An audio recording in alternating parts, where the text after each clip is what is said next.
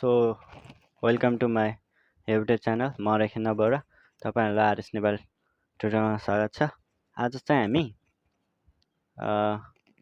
आफ्नो connected वाइफाईको password कसरी थाहा पाउने भन्ने बारेमा यो भिडियोमा चर्चा गर्नेछौँ।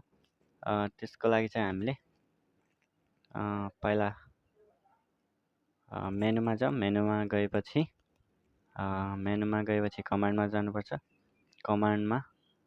कमान्डमा गएपछि हामीले कमान्डमा टाइप गर्नुपर्छ नेट सर्च wlan अनि show profile name equal to गरेपछि अनि तपाईले त्यो जो आफ्नो छ नि आफ्नो कनेक्टेड वाइफाईको नाम टाइप गर्नुपर्छ। मेरो वाइफाईको नाम चाहिँ यो एम्बेड छ है, यो टाइप गर्दैछु म 2.4 अनि त्यसपछि चाहिँ स्पेस गरेर की टाइप गर्ने।